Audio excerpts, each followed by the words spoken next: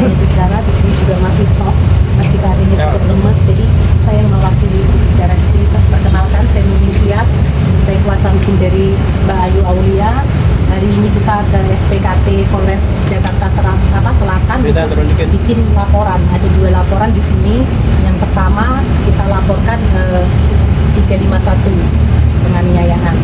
Yang kedua laporan kita undang-undang ITE, karena di sini jelas ada korban, ada peristiwa hukum yang kejadiannya juga semalam tanggal 2 Oktober tahun 2023 sekira pukul 18.00 WIB.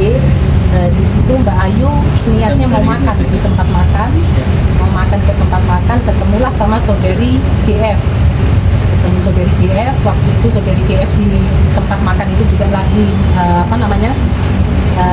ada preskon atau wawancara dengan media. Mbak Ayu datang, Mbak Ayu masuk tempat makan karena niatnya mau makan. Mbak Ayu menyapa, Mbak Ayu senyum. Ternyata Mbak Ayu dipanggil untuk datang ke deket sama saudari GF.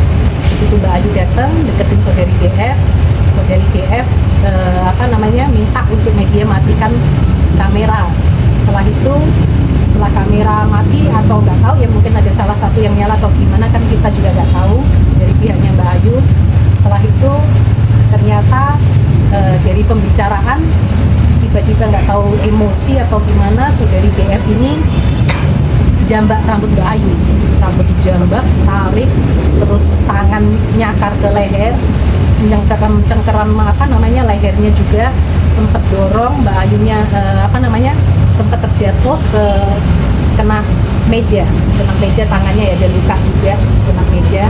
Terus habis gitu juga mau nonjok muka Mbak Ayu. Setelah itu juga kena dorong perut Mbak Ayu. Padahal perut Mbak Ayu ini kan kemarin juga habis operasi rahim ya Mbak Ayu ya. Udah langsung. Ya, jadi sampai Mbak Ayu ke rumah sakit juga, sempat visum juga untuk bukti-bukti kita semua lengkap. Maka dari itu hari ini kita laporkan saudari BF.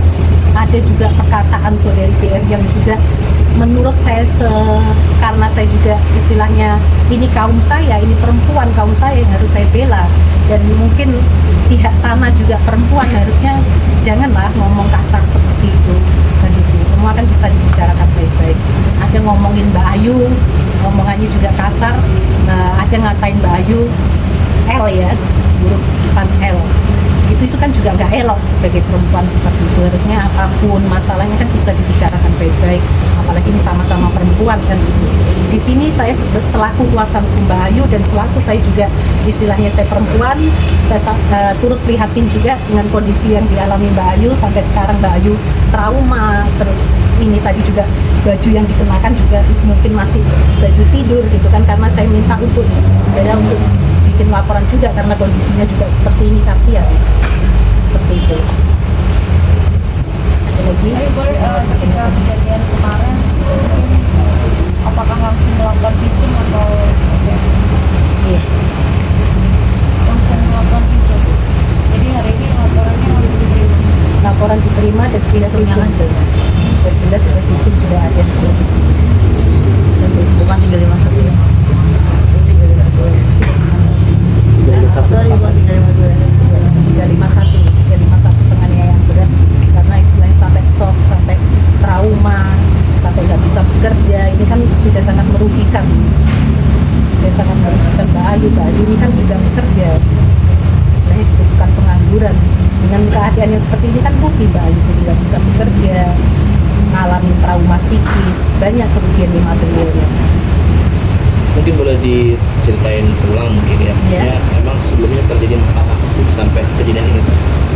Jadi masalahnya sebenarnya kan Mbak Ayu ini yang disampaikan saudari GF, Mbak Ayu katanya ada dekat dengan mantan. Saya bilang mantan ya, bukan suami loh ya, mantan suami.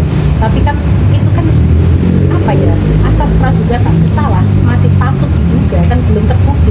Kalau memang ini buktikan dong, silahkan dibuktikan, tunjukkan buktinya, baru ngomong yang baik, bukan terus nganiannya. Ini perempuan loh, mau jadi preman-premanan kan gitu. Ini perempuan, sama-sama perempuan, harusnya kan bisa bicara dari hati ke hati. Sampai kayak di ring tinju, bukan di. Nah, kalau ring tinju oke, anggap ring tinju itu kan olahraga. Oke, kayak kemarin siapa? Pamela sama Dinar Kandi.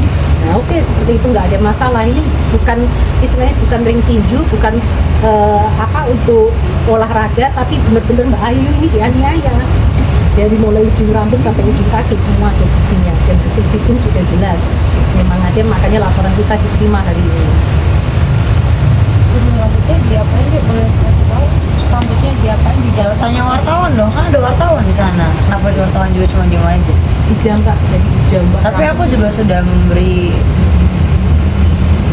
nama saksi beberapa wartawan yang ada di sana.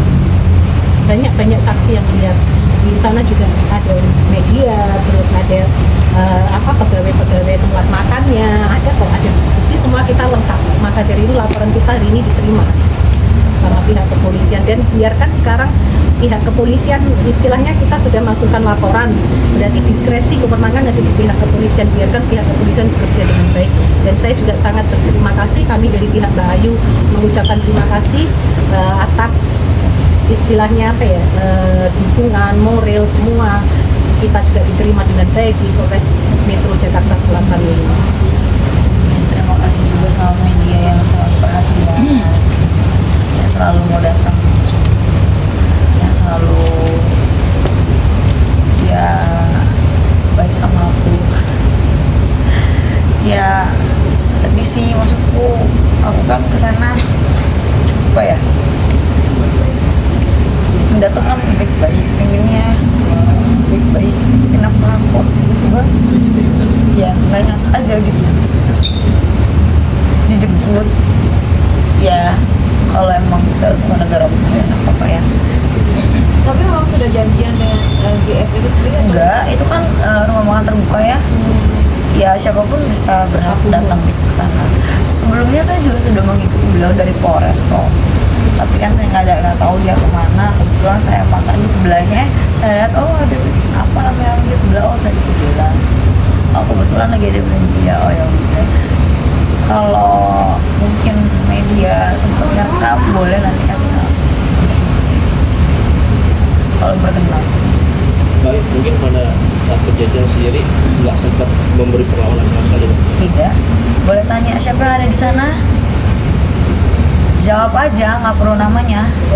Jawab dengan lantang. Tidak. Apakah saya memberi perlawanan? Diam. Kenapa? Karena saya tahu ini hukum. Coba dari pasal yang disangkakan itu ancamannya berapa ya? Pasal 351 untuk penganiayaannya itu ancaman hukumannya sekitar 5 tahun ya, 5 tahun penjara. Terus dengan pasal yang satunya untuk laporan, yang satunya ada 2 laporan, yang satu 351, pasal 351, yang kedua pasal 27 ayat 3 junto pasal 45 ayat 3 Undang-Undang ITE. Ancamannya semua 5 tahun. Di atas 5 tahun Di atas 5 tahun lebih. Di atas 5 tahun. Mungkin Ayu ada yang mau disampaikan yuk? saya memaafkan tapi tidak melakukan. Tapi sudah berkomunikasi dengan GF Oh, terkait ini? maaf, tidak sama sekali, saya tidak mau. Tidak ada komunikasi dan dia juga tidak ada permintaan maaf itu setelah menganiaya Ayu? Mau minta maaf pun buat saya nggak ngaruh. Hukum tetap aja. Tidak ada itikat baik berarti, Pak, ya, dari diri sendiri. Nggak ada sama sekali buktinya. Apakah dia minta maaf setelah itu? Dia hanya pergi gitu aja. Jadi setelah menganiaya Ayu dia marah-marah nggak atau seperti apa? Marah-marah. Marah-marah. Bahkan manajernya sendiri memberikan kata-kata yang kurang pantas seperti Ke Ayu. tapi saya cuma gini karena saya sendiri kan ada beberapa teman-teman media tahu.